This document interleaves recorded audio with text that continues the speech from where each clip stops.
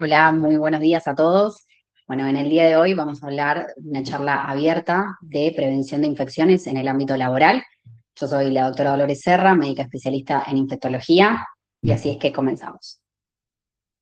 En primer lugar, los objetivos es prevenir la transmisión de infecciones en el ámbito laboral, de atención al público y de empresas, incluyendo las infecciones que tienen que ver con el COVID, gripe y dengue. Obviamente también el objetivo es orientar sobre medidas de prevención en lugares que tienen un alto tránsito de personas, como lo son los pasillos, las áreas de recepción, las escaleras, la cocina, el comedor, la sala de reuniones y el estacionamiento. Las medidas deben ser adoptadas como prácticas estándar para prevenir infecciones tanto respiratorias como de contacto y se transmiten por gotas de saliva al hablar, al toser y estornudar, y que también pueden contaminar superficies que tocan todas muchas personas y objetos en un área de circunferencia de alrededor de 1 metro. Este es un material de ayuda, es decir, es de recomendación general. Bajo ningún concepto reemplaza ni elimina la consulta médica adecuada en tiempo y en forma que debe realizarse ante cualquier sospecha de una infección o de una enfermedad infecciosa. Bueno, vamos a encabezar la charla por los siguientes contenidos. En primer lugar, vamos a hablar de las recomendaciones visuales. Segundo, adecuada higiene de manos. Tercero, adecuada higiene respiratoria. Cuarto, desinfección de las superficies y la ventilación de ambientes. Quinto, el uso de barbijo. Sexto, uso de repelente. Y séptimo, por último, la vacunación.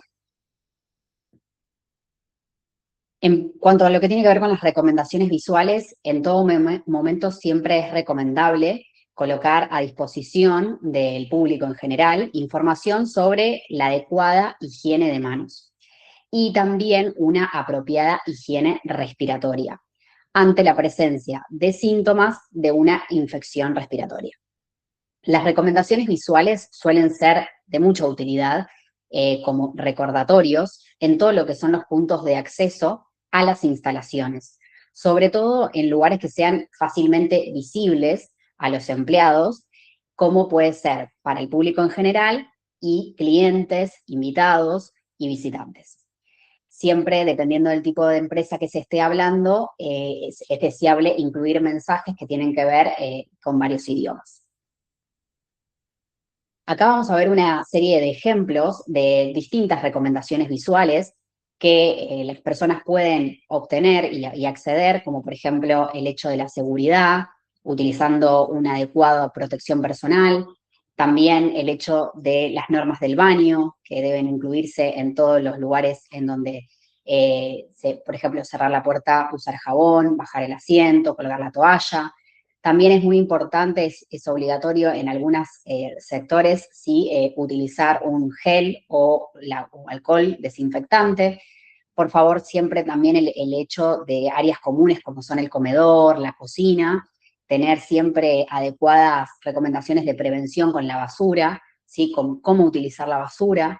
También el lavado de manos, fundamental, que hoy vamos a hacer un especial hincapié en cómo se realiza, en los pasos adecuados para una correcta higiene de manos, que de hecho ayer fue el Día Mundial de la Higiene de Manos, así que es muy importante siempre recordarlo y tenerlo en cuenta. Las normas del baño, sí, en cada empresa y en cada institución, siempre cuando uno finaliza, apriete el botón, si el papel se termina, reponerlo, recordar siempre bajar la tapa y bueno, recordar que siempre estamos en presencia de muchas personas, entre otros. La adecuada higiene de manos.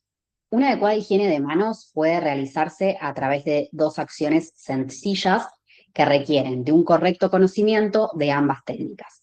En primer lugar, el lavado de manos con agua y jabón. Y en segundo lugar, la higiene de manos con soluciones a base de alcohol.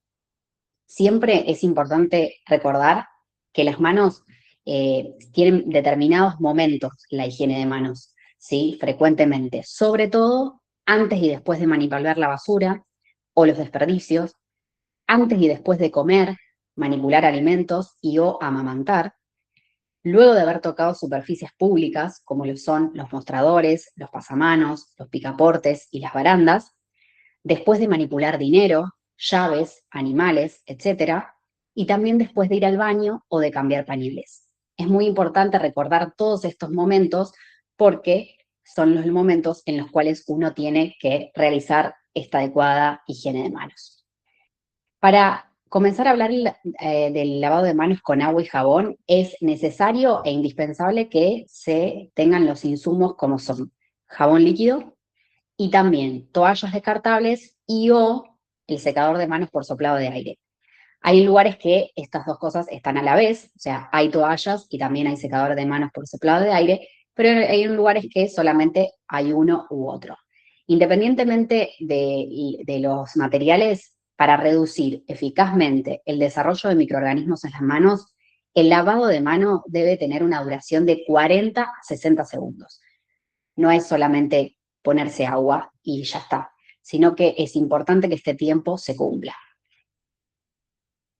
Acá vamos a repasar uno por uno los pasos de la higiene de manos con agua y jabón, que en primer lugar uno se tiene que mojar las manos con agua, depositar en la palma de la mano una cantidad de jabón suficiente para cubrir todas las superficies de las manos. En segundo lugar, frotar las manos las palmas de las manos entre sí, así como se observa en la figura número 2. En la figura número 3 hay que frotarse la palma de la mano derecha contra el dorso de la mano izquierda, entrelazando los dedos y viceversa, o sea, hacerla de un lado y del otro. En cuarto lugar, frotarse las palmas de las manos entre sí, con los dedos entrelazados. En quinto lugar, frotarse el dorso de los dedos de una mano con la palma de la mano opuesta, agarrándose los dedos. En sexto lugar, frotarse con un movimiento de rotación el pulgar izquierdo, atrapándolo con la mano derecha y viceversa, o sea, lo mismo hacer el pulgar izquierdo con el pulgar derecho. Y en séptimo lugar, frotar la punta de los dedos de la mano derecha contra la palma de la mano izquierda, haciendo un movimiento de rotación como se ve en la figura número 7. Y viceversa, lo mismo que hacemos con la mano derecha, hacerlo con la mano izquierda. En octavo lugar, enjuagarse las manos con agua, agarrar una toalla desechable, secarse las manos con esa toalla desechable y con la misma toalla que utilizamos y nos secamos las manos, hay que servirse de esa toalla para cerrar el grifo, por último. Ahí, de esa forma, sus manos son seguras. Es muy importante que estos pasos se cumplan en una duración de 40 a 60 segundos, porque tener las manos limpias reduce la propagación de enfermedades y ayuda a garantizar la inocuidad de los alimentos en los mercados tradicionales. Eso lo que vimos hasta ahí era la higiene de manos con agua y jabón. O sea que para ese momento nosotros necesitaríamos jabón y agua. El tema ahora es que vamos a hablar de una higiene de manos que se vio bastante durante la pandemia. Se ejerce mucho a raíz de todo lo que fue COVID y post-COVID, la etapa post-COVID, en donde se empezaron a ver muchas soluciones a base de alcohol. Esto es alcohol en gel. El alcohol en gel es un método práctico y eficiente para la higiene de manos y se puede realizar prácticamente en cualquier lado. Para esto, para reducir eficazmente el desarrollo de los microorganismos en las manos, con soluciones a base de alcohol, esta higiene debe durar de 20 a 30 segundos. O sea, es menor el tiempo, pero también tiene que hacerse de una forma adecuada, como la que vamos a ver a continuación. Estos son los pasos de la higiene de manos con un gel a base de alcohol. Deposita en la palma de las manos una dosis de producto suficiente para cubrir todas las superficies, como lo indica la figura 1A y 1B. En segundo lugar, frotarse las manos entre sí, las palmas de las manos entre sí. En tercer lugar, frotarse la palma de la mano derecha contra el dorso de la mano izquierda, entrelazando los dedos y viceversa, o sea, lo mismo que se hizo con la mano derecha, hacerlo con la mano izquierda. En cuarto lugar, frotarse las palmas de las manos entre sí con los dedos entrelazados, frotarse el dorso de los dedos de una mano con la palma de la mano opuesta, agarrándose los dedos, y otra vez, en sexto paso, frotarse con un movimiento de rotación el pulgar izquierdo, atrapándolo con la palma de la mano derecha. Lo mismo con la mano izquierda. En séptimo lugar, frotarse la punta de los dedos de la mano derecha contra la palma de la mano izquierda, haciendo un movimiento de rotación. Una vez de esta forma están secas, sus manos son seguras. Es decir, mientras nosotros tenemos el alcohol en gel en las manos y está todavía mojado, o sea, se lo siente húmedo, todavía no son seguras. O sea que una vez que esté seco, ahí recién pasa a la seguridad de las manos. La duración, lo vuelvo a repetir, de este procedimiento dura de 20 a 30 segundos. ¿Cada cuánto tiempo habría que desinfectar las superficies en el ambiente laboral? De eso vamos a hablar en unos minutos. Uno de los temas adecuados también es la adecuada higiene respiratoria. Se refiere a las medidas de prevención para evitar la diseminación de secreciones. Nosotros tenemos que saber que mientras nosotros hablamos, tosemos o estornudamos, también estamos emitiendo secreciones, por más que no las veamos, pero estamos emitiendo secreciones. Esas secreciones pueden ser puntos de infección, ¿sí? De transmisión de enfermedades infectocontagiosas, como son la gripe, ¿sí? Que es a través del virus influenza, el COVID, ¿sí? Que ya lo hemos visto bastante en la pandemia, y también otros virus respiratorios, no solamente estos dos. Para una adecuada higiene respiratoria hay que cubrirse la nariz y la boca con el pliegue interno del codo o bien usar un pañuelo descartable al toser o estornudar, ¿sí? Recordemos que no estamos solos, o sea que además de que estamos en un ambiente laboral, también hay personas que están alrededor. Entonces, estos microorganismos o estas secreciones también pueden ser puntos de infección para los demás. Usar el cesto de basura más cercano para desechar estos pañuelos descartables que hemos utilizado y siempre, después de utilizar el pañuelo descartable, hay que limpiarse las manos, ¿sí? Después de toser y o de estornudar. Esta adecuada higiene respiratoria en las áreas de espera o de alto tránsito, debemos asegurarnos que haya cestos para el desecho de estos pañuelos descartables usados. Lo ideal es que ese cesto sea recomendable de boca ancha, sin una tapa que requiera manipulación para su uso, porque se acuerdan que si nosotros tocamos ya estamos contaminando. Entonces la idea es que ese cesto sea de boca ancha, sin una tapa. Los dispensadores con soluciones desinfectantes que estábamos hablando antes, del alcohol en gel, si hay dispensador para directamente poder manipularlo.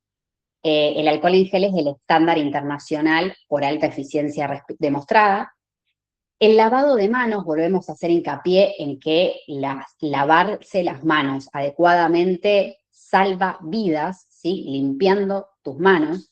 Entonces debe garantizarse que los suministros necesarios, que siempre estén disponibles, y también, como muestra la figura, un material gráfico que demuestre cómo debe realizarse una higiene de manos adecuada, que era lo que habíamos visto antes.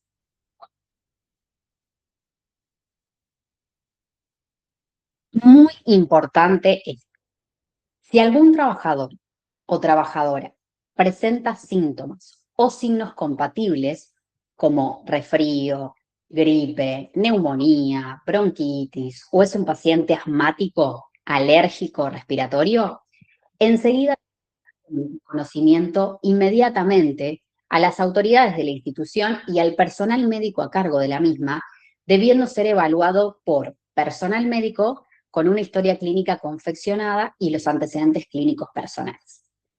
En el caso de que el profesional indicase y autorizase su inasistencia en tiempo y forma, el trabajador no deberá concurrir al ambiente laboral debido a que puede contagiar y propagar infecciones a los demás trabajadores de la empresa.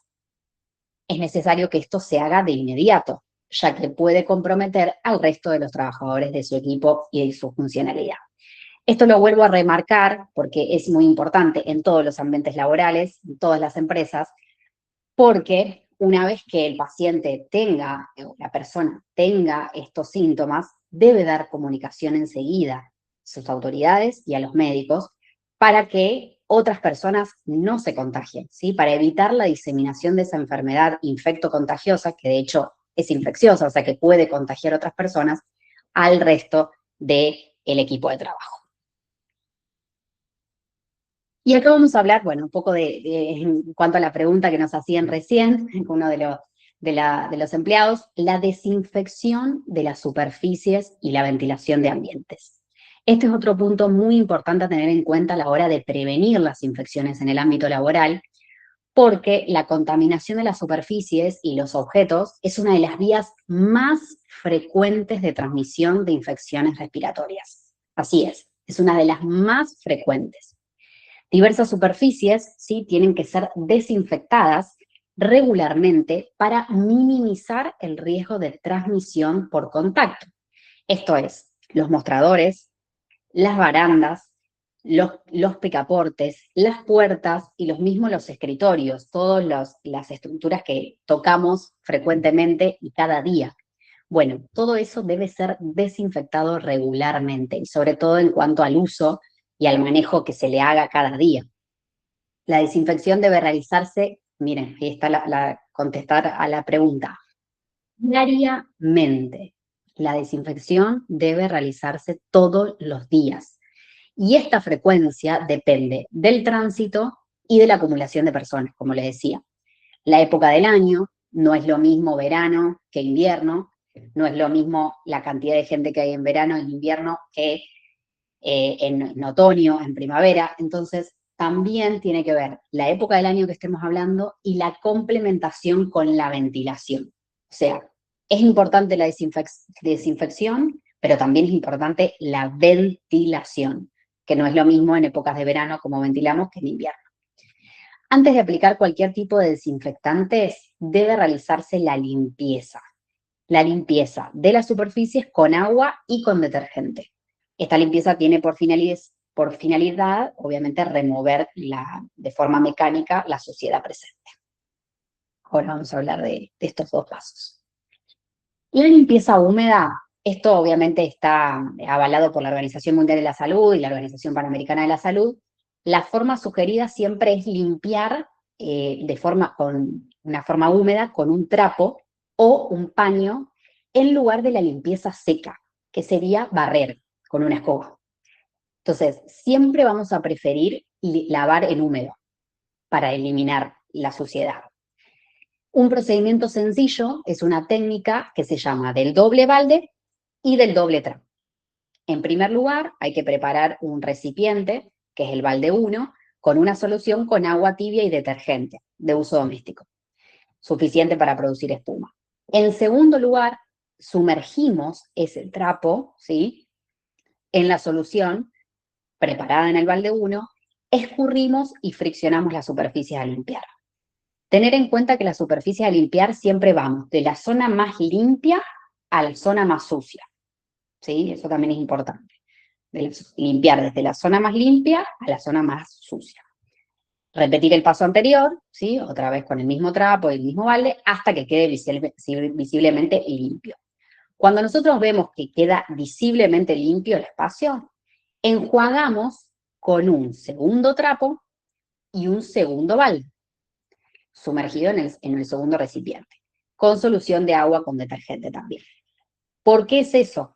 O sea, utilizamos un balde para lo primero y otro balde para lo segundo, porque se supone que cuando ya está limpio, lo último que hacemos con el segundo balde y el segundo trapo es sellar directamente, y ya nos aseguramos de que no hay más suciedad. Y esta es la desinfección. Esta desinfección tiene que ver más con las superficies, ¿no? Una vez realizada la limpieza de las superficies, se procede a la desinfección. Puede desinfectarse las superficies que estén visiblemente limpias o luego de su limpieza. Y esta solución produce rápida inactivación de los virus y de las bacterias, ¿sí? Entonces, también es importante la desinfección. No es solamente la limpieza, sino también utilizar este proceso sencillo y económico, ya que requiere elementos de uso corriente como agua, un recipiente, trapos e hipoclorito de sodio, de uso doméstico, que básicamente es lo que todos conocemos como lavandina, ¿sí?, con una concentración de 55 gramos por litro. En primer lugar, colocamos 100 mililitros de lavandina de uso doméstico en 10 litros de agua.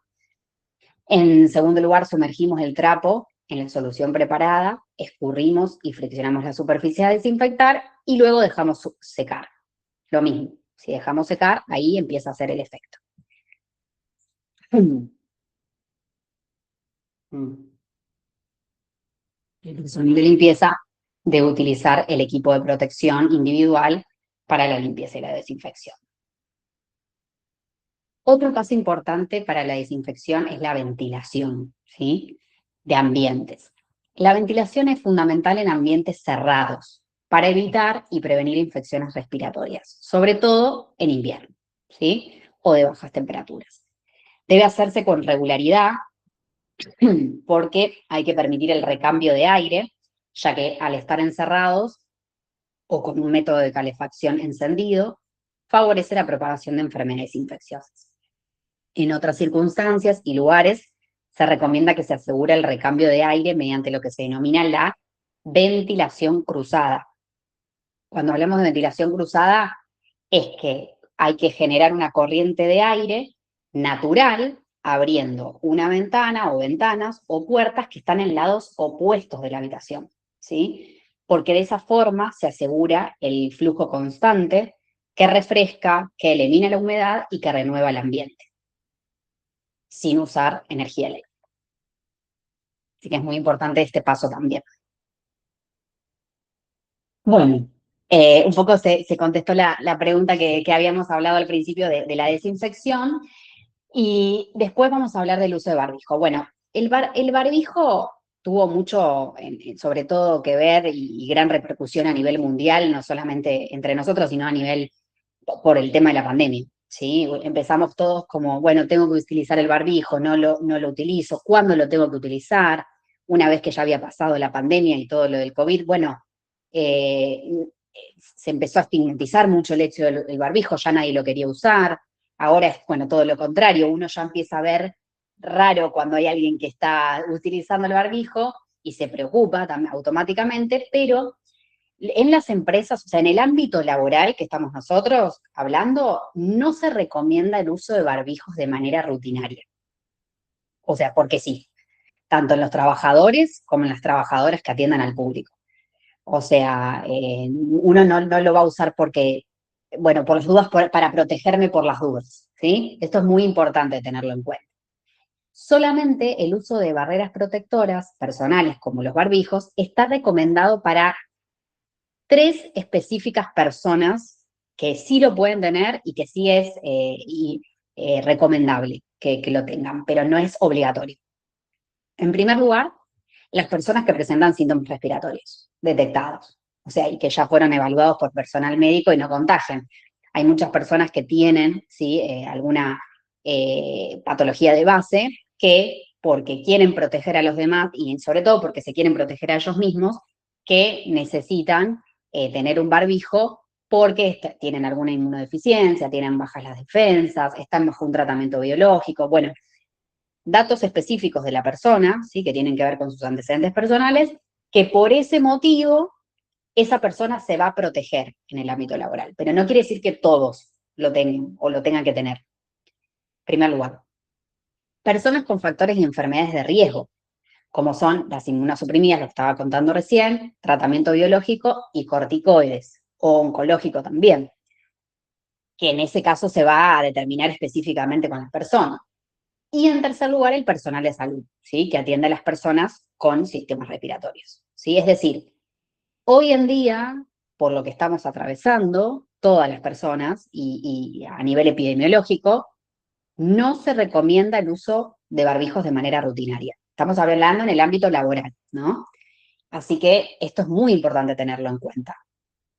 Obviamente una persona que venga de afuera, algún cliente, algún empleado, bueno, eso es distinto, un paciente inclusive, eso se va a evaluar de manera distinta. Estoy hablando para los que trabajan acá dentro en la institución.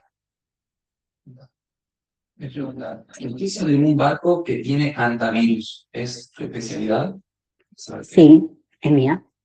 ¿Quieren que cuente? Sí, para saber qué es.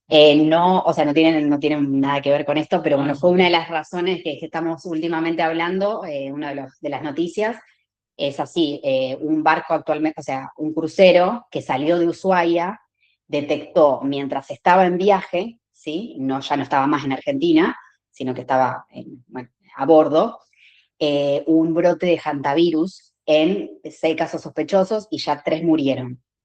Ese fue el tema de estos últimos días, que de hecho estamos hablando constantemente porque, si bien se detectó el virus, hay varios casos sospechosos, ahora se aislaron todos, o sea, todas las personas que están en ese crucero, ustedes imagínense que es multitudinario, la gran cantidad de gente que hay ahí, y que estuvieron en contacto o que no se sabe si estuvieron en contacto. Esta es una enfermedad viral, ¿sí? Endémica en la República Argentina, en varias provincias, no solamente en Buenos Aires, en Entre Ríos, en Santa Fe, en el norte, y en todo lo que es la región cordillerana de Neuquén, Chubut y Río Negro. Si bien en Ushuaia, ahora las autoridades ya dijeron que no tienen el vector, porque es un vector, es endémica y es una zoonosis, o sea, se transmite a través de un ratón, que es el ratón colilargo. Y Tierra del Fuego dijo, no tenemos el ratón y tampoco tenemos antecedentes de actualmente la circulación de este virus. Entonces, de alguna forma, bueno, salieron a manifestar que no hay enfermedad en Tierra del Fuego, es decir, en Ushuaia, pero ¿qué pasa? Se desconoce la trazabilidad epidemiológica que tuvieron estos pacientes antes.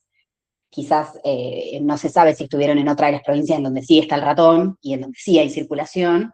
Entonces, bueno, ahora todo eso es lo que se está tratando de manifestar, ya por estas 3 muertes, un paciente de 70 años, la mujer que tenía 69, todo esto ya, bueno, ya dejaron los cuerpos, hay varios países involucrados en este tema porque iban a bordo.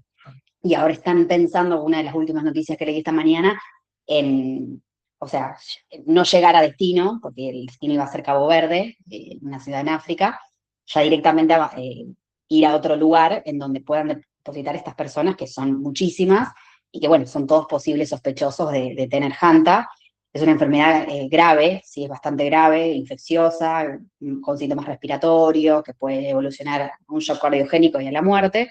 El tema es que, bueno, se está estudiando, inclusive también se está estudiando la cepa, porque si bien se sabe que fue Hanta, pero bueno, tienen que ver que, porque una de las cepas de Hanta también se transmite a través de personas, o sea, que es el virus Andes. Entonces, bueno, tienen que ver específicamente si es alguno de estos, si fue alguna de esta manifestación, no solamente por el ratón entre medio, sino también que haya habido transmisión de persona a persona.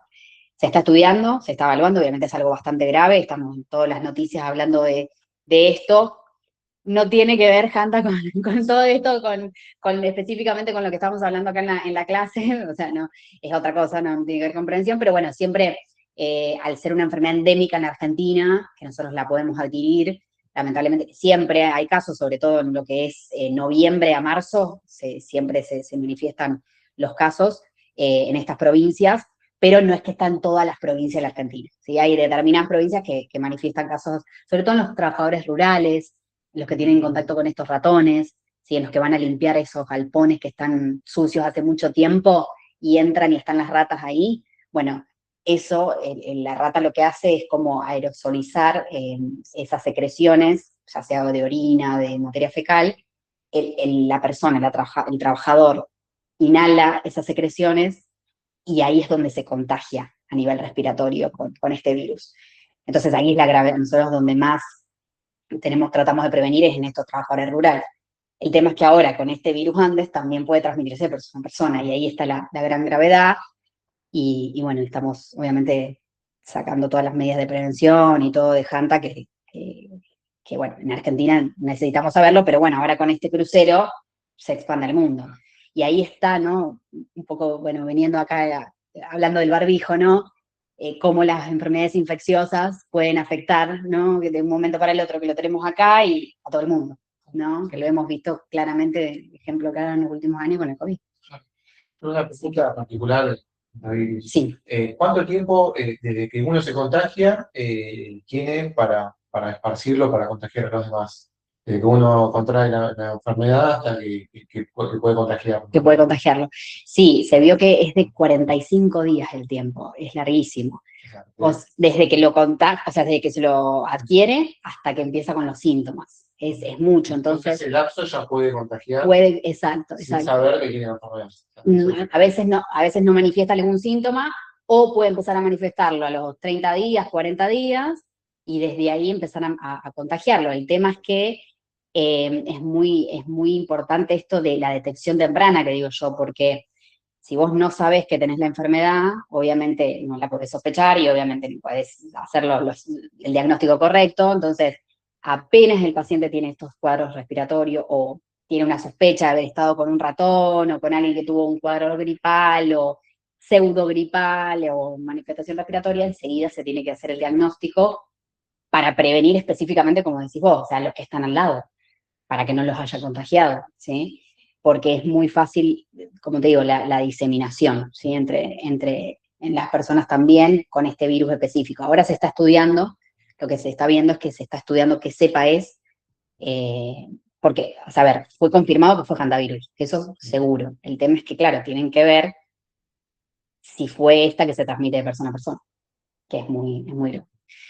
Así que bueno, retomando, si bien no tiene que ver con la charla, pero está bueno sobre la noticia, que me gusta que lo hayan traído. Sí, también hay que protegerse con barbijo, cuando uno se va a exponer a estos lugares, con barbijo, con protección ocular. Y con... Hay suplementos o vitaminas que realmente sirven para prevenir. Pues, sí.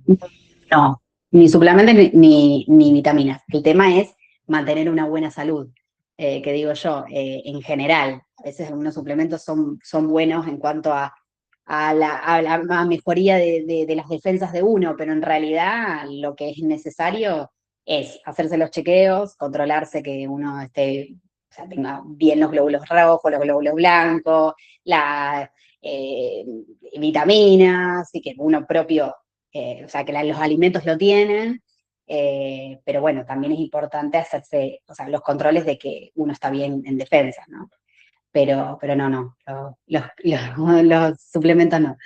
Así que bueno, eso hablamos de uso de barbijo y el uso de repelente. Ahora sí, hablamos de también, como hemos hablado de barbijo durante la pandemia, bueno, el repelente con todo el brote que fue histórico de dengue, que ya sabemos hace casi 2 años, en el cual había gran cantidad de casos y también gran cantidad de mosquitos. Entonces, en la época en donde empieza primavera-verano, nosotros empezamos a ver que ya estos mosquitos nos empiezan a molestar, pero ahora tenemos la distribución durante todo el año, porque por el gran cambio climático que estamos viendo. ¿Qué es lo que pasa? La humedad, lo que hablábamos hoy, o sea, un día llueve, al otro día hace frío, después hace calor. Bueno, todos estos cambios climáticos favorecen la propagación del mosquito, que es el principal transmisor de estas enfermedades infectocontagiosas. Entonces, ¿cómo lo podemos prevenir? En primer lugar, el descacharreo, pero también en el ámbito laboral, el uso de repelentes. Aplicar repelente parece simple, ¿sí? Bueno, decís, me aplico ahí, como como vemos en la imagen, me pongo repelente, es simple, pero hacerlo bien cambia muchísimo lo que es la eficacia. Y más en un lugar en donde hay un alto tránsito de personas, donde el riesgo de picaduras puede ser mayor. Tenemos que tener en cuenta, para prevenir esto, que hay que elegir un repelente que sea adecuado, con ingredientes como por ejemplo el DIT, la icaridina o la IR3535, que son los repelentes más comúnmente, los que más conocemos, ¿sí? No quiero decir marca, pero del naranja y el verde, ¿sí? Que tienen ese contenido adecuado y repelente, pero también esos repelentes tenemos que colocarlos de forma correcta. Primero aplicándolo sobre la piel expuesta y no colocándolo sobre la ropa, que es lo que me suelen hacer. Bueno, listo. No, pues yo me puse repelente cuando salí, pero lo pusieron sobre la ropa y no es. Sino que hay que aplicarlo sobre piel expuesta. Colocando una cantidad suficiente sin necesidad de empaparte en repelente, tampoco gastes un repelente para todo, para solamente colocarte una vez, pero cubriendo bien todas las zonas descubiertas. Todo, o sea, brazos, piernas, esto que se hablaba durante el brote, no, pero solamente me pican de la rodilla para abajo. No, o sea, el mosquito te puede picar en cualquier área del cuerpo, cualquiera sea, pero una vez que uno se colocó bien el repelente en todas las áreas descubiertas, bueno, ahí sí, está protegido. distribuirlo también de manera pareja, en los brazos, en las piernas, en el cuello, en la espalda inclusive. Y para la cara, no colocárselo sobre los ojos ni la boca, sino que hacerlo primero colocándolo en tu mano y después lo extendes bien en la cara, pero no en los ojos ni en la boca porque es un químico, ¿sí? Corrosivo. Siempre primero también el protector solar, recordemos que en épocas en donde más hay mosquitos, en verano, entonces está hecho de que, bueno, ¿qué me pongo primero? ¿El protector o primero el protector solar, dejamos absorber por 15 a 20 minutos y luego el repelente? Y también la eficacia depende de cuánto lo reapliquemos. Si nos lo pusimos a las 7, 8 de la mañana y después son las 6 de la tarde y te picó un mosquito, y sí, claramente porque no lo reaplicaste, que es cada 4 a 6 horas, dependiendo del repelente. Detalles importantes que muchos pasan por alto. No hay que aplicar el repelente sobre las heridas o la piel irritada. Hay que aplicarlo sobre piel expuesta, descubierta, sin heridas, ¿sí? Y aunque sean interiores, que nosotros, ¿qué pasa? Estamos acá en la empresa y uno dice, bueno, pero acá estoy encerrado, ¿qué me va a picar un mosquito? La típica. Aunque sea en interiores, con mucha gente, ustedes recuerden que el mosquito, el Aedes aegypti, tiene un hábito tanto domiciliario como peridomiciliario, pero de seguir al hombre. Entonces, si hay personas en la habitación, claramente puede haber mosquitos, ¿sí? Y más en un ambiente cerrado donde no hay ventilación. Entonces, en momentos de alta endemicidad, como hemos atravesado, ¿se acuerdan del brote histórico hace 2 años? En pleno marzo, abril, estábamos con 200.000 casos. Bueno, es igual también recomendable utilizárselo y colocárselo si hay mosquitos. Lo mismo los espirales, las pastillas o las tabletas. ¿Sí? Es muy importante en el ambiente cerrado también colocar. Lo digo, ahora quizás ahora no tenemos casos de dengue en Buenos Aires, ¿no? Ni, bueno, en esta zona. Pero sí es muy importante estar adecuado para las medidas de prevención que pueden venir, ¿sí? Que podemos empezar a utilizar en cualquier momento. Y por último, quería hablar de este tema importante, que es la vacunación. Si bien yo ya sé que hace unos días, bueno, hace poco estuvieron hablando sobre el tema de vacunas, que bueno, para nosotros los infectólogos es tan importante y siempre estamos previniendo, inclusive la semana pasada fue la Semana Mundial de la Vacunación en las Américas del 2026, es algo que siempre lo vamos a reforzar, no solamente para prevenirnos uno, o sea, individualmente, sino a nivel colectivo, de prevenirnos de enfermedades infecciosas, que están disponibles en calendario nacional de vacunación y que el carnet de vacunación controlado y actualizado también es en los adultos.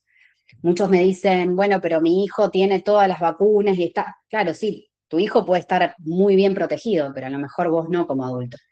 Entonces, cuenta igual controlarlo como adultos ustedes que me están escuchando. Existen vacunas para los adultos, las cuales deben ser actualizadas por el médico de cabecera, y hoy vamos a repasar algunas de ellas. En primer lugar, la vacuna COVID, ¿sí? Una de las creencias que quedó a través de la pandemia, o pospandemia sobre todo, además de mucha reticencia, de que muchos no se querían vacunar. A ver, hoy no se cuenta la cantidad de dosis de la vacuna del COVID, sino el refuerzo más actualizado es lo más importante hoy.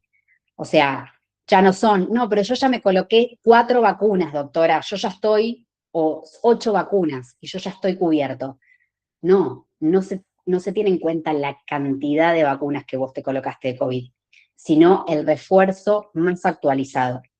Si vos me decís que la última vacuna, te colocaste 8 quizás, pero la última vacuna la tenés hace 2 años, claramente no estás protegida para COVID, ¿sí? Las cepas van cambiando año a año, ¿sí? Inclusive si bien ya pasó, pero uno tiene que mantener todos los años el esquema de vacunación con COVID, inclusive siendo una persona sana, ¿sí?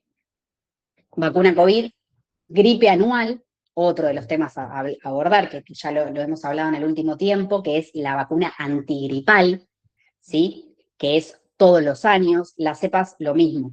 Como COVID, lo de la gripe es igual. Van cambiando año a año. Y es fundamental volvérsela a aplicar cada año también, ¿sí? Entonces, hay indicaciones específicas, que eso vamos a hablar en la próxima diapositiva, y la neumonía, ¿sí? La vacuna del neumococo, que es solo para grupos y edades de riesgo determinadas. Pero quería nombrarla también para prevenir las infecciones respiratorias.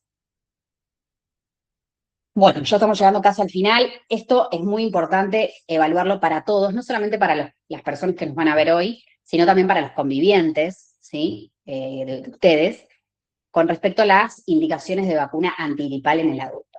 Los grupos con mayor riesgo de complicaciones y mortalidad son todas las personas a partir de 65 años, todos los niños de 6 meses a 2 años, inclusive, todas las embarazadas en cualquier trimestre del embarazo y las puérperas, que son inclusive hasta 6 meses después del parto, ¿sí? Que no hayan recibido la vacuna durante el embarazo, la tienen que recibir, ¿sí? Embarazadas y puérperas. Adultos de 2 a 64 años con factores o enfermedades de riesgo, tales como son afecciones respiratorias, asma, enfermedad fibroquística, EPOC, afecciones cardíacas crónicas como insuficiencia cardíaca, enfermedad coronaria y cualquier otra afección vascular, y patologías renales, hepática, hematológica, diabetes, otras enfermedades metabólicas crónicas, y las inmunodeficiencias, todas, tanto congénitas como adquiridas. Enfermedades oncomatológicas, tumores sólidos, infección por HIV, aplenia, aplenia que le falte el vaso, ya sea funcional o orgánica, pacientes trasplantados, pacientes con tratamientos inmunosupresores, como quimio, corticoides, biológicos o cualquier otra persona causa que produzca déficit de la inmunidad. Todas esas personas, junto con el personal de salud, deben vacunarse obligatoriamente para la gripe cada año, ¿sí? Todas, sin excepción. Todos esos ítems que ven ahí, todas se tienen que vacunar. Me pregunto. Ay, ¿qué medida preventiva consideras más subestimada por la gente? La vacunación. La vacunación. Sí, sí, sí, sí. Creo que es una de las primeras. Vos, de Claro. todas las que hemos hablado, en el último tiempo realmente se vio, o sea, hay encuestas que lo manifiestan así, y bueno, ya es muy claro la baja de tasas de vacunación en todo lo que es la Argentina, lo cual es preocupante, porque es una subestimación y a la vez es una reticencia del paciente, tanto del paciente como para sus hijos, inclusive, familiares, o sea, no solamente para él. Entonces, una cosa es que un adulto no se vacune porque no quiera, y otra cosa es que no vacunes a tu hijo, que eso me parece gravísimo. Las dos cosas me parecen graves, pero si uno, estamos viendo una chiquita que hace poco, también otra noticia de sarampión, otra de las vacunas que uno dice de calendario, importantísimas para unos niños, y no se coloca, no se hacen los refuerzos correspondientes, que se deberían. De sarampión, de tétanos, hace poquito en una chica nos enteramos de tétanos en la provincia de Santa Fe. Entonces digo, una de las vacunas fundamentales del calendario, que no solamente, o sea, hay que colocárselas de niños, también de adultos como refuerzos, fundamental, que tenía 5 años y no tenía o sea, tenía los primeros refuerzos y después ya no tenía más. Entonces, mucho tuvo que ver a partir de la pandemia, lo que hablábamos recién, lo del COVID, por la desconfianza propia con la vacuna del COVID quizás, pero eso se trasladó a todas las otras vacunas. No puede ser. Y es subestimar, es minimizar, y es también no tener en cuenta que no solamente te está protegiendo a vos, o a la niña en todo caso, o al niño, sino también que estás protegiendo a toda la comunidad. Eso es un peligro para toda la comunidad. Entonces, siempre que hablamos de estas indicaciones de vacunación, y cuando estamos hablando de calendario nacional de vacunación, o sea, están incluidas, son gratuitas, están accesibles en todos los hospitales, los centros de salud públicos del país, hay que llevarlo a vacunar, hay que ir y vacunarlo. Entonces me parece que hoy en día, de hecho, lo están reportando así las encuestas, hay una gran baja en la tasa de vacunación y preocupa muchísimo. He hecho esa pregunta de qué diría una antivacuna. ¿Respondió? Bueno, todo esto. Sí. Y de última también que vayan a mis redes que tengo para hablar bastante ahí. Sí, es muy grave y la verdad que nos preocupa a todos. y inclusive a nivel, bueno, de político, legal, ya hay, bueno, muchas de estas cuestiones que ya se están hablando a nivel del Congreso y todo, porque ya ha excedido el nivel que corresponde, ¿no? Así que bueno, a seguir vacunando, ¿sí? No solamente los niños, sino también los adultos y también todo el personal de salud, que cuando yo hablo de personal de salud, porque uno dice, bueno, es el médico el que se tiene que vacunar, o el enfermero, porque ustedes están atendiendo pacientes todo el tiempo, ¿no? También todo el personal que trabaja en ámbitos de salud, por más que sean administrativos, ¿entendés? Porque son personas que están todo el tiempo con gente también, con atención al público, si bien uno no lo atiende de forma médica o de salud, sino que también está con atención al público. Esas personas también se tienen que vacunar, ¿sí? Y esta, bueno, vacunación de la vacuna antigripal está disponible en todo lo que es el ámbito público de todo el país, ¿no? Hospitales, clínicas, centros de salud, a nivel gratuito. Bueno, y en última instancia, un poco lo comentaba Enzo al principio de la charla, yo pertenezco a la Sociedad Argentina de Infectología, nosotros como infectólogos tenemos la potestad y la capacidad para hablar a muchas personas, ¿sí? Y sobre todo para prevenir infecciones en la comunidad, no solamente en el paciente, sino en grandes grupos de personas. Y quiero hablar de estos grupos que pueden transmitir la gripe a personas de alto riesgo, porque a veces no es solamente el paciente, sino también es el conviviente. Entonces, la SADI, además de considerar prioritario vacunar a aquellos que pueden transmitir la enfermedad a los individuos especialmente vulnerables, como son todo el personal de salud, todo el personal estratégico, ¿sí? Cuando hablamos de personal de salud, es todo el personal de salud, y todo el personal estratégico es aquellos que se dedican a las funciones esenciales como son las Fuerzas Armadas y las Fuerzas de Seguridad. Todos, no solamente policías, todos los que están en la fuerza de seguridad. Ese es personal estratégico, esas personas también se deben vacunar, ¿sí? Se deberían vacunar, y prioritario. Los empleados de hogares de ancianos o instituciones de atención prolongada, aquel que, por ejemplo, está cuidando a un abuelito, ¿sí? O abuelita, y los convivientes y cuidadores de personas con alto riesgo de complicaciones. Esto que estaba hablando, la persona que está al lado del adulto mayor, por más que tenga 30 años y es sana, bueno, pero está al lado de una persona que tiene un alto riesgo de hacer una complicación, ¿sí? Entonces esa persona también tiene que estar vacunada, por más que sea sana, ¿ah?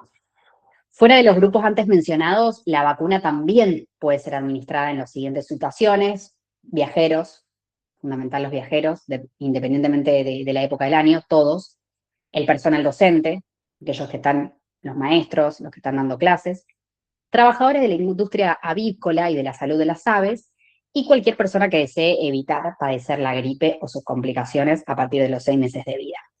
Es decir, aquella persona que sea sana, pero que se quiere prevenir, también puede hacerlo. O sea, puede ir y decir, quiero la vacuna antigripal. ¿Está? Las personas de entre 60 y 64 años también han demostrado un mayor riesgo de la neumonía también, y pueden tener complicaciones y desconocerlas, y tienen un mayor riesgo de desarrollar las complicaciones, por eso es que se las incluyen dentro de la población prioritaria, ¿sí? Todo esto está en las recomendaciones de la vacuna antigripal de la Sociedad Argentina de Infectología. Es un material recientemente actualizado de 2026. Y bueno, esto sería todo. Muchas gracias. Bueno, por el momento no tenemos más consultas, así que vamos por finalizar la charla y le damos muchas gracias a la doctora por participar. Muchas gracias a ustedes por invitarme. Nos vemos la próxima. Nos vemos la próxima, hasta luego.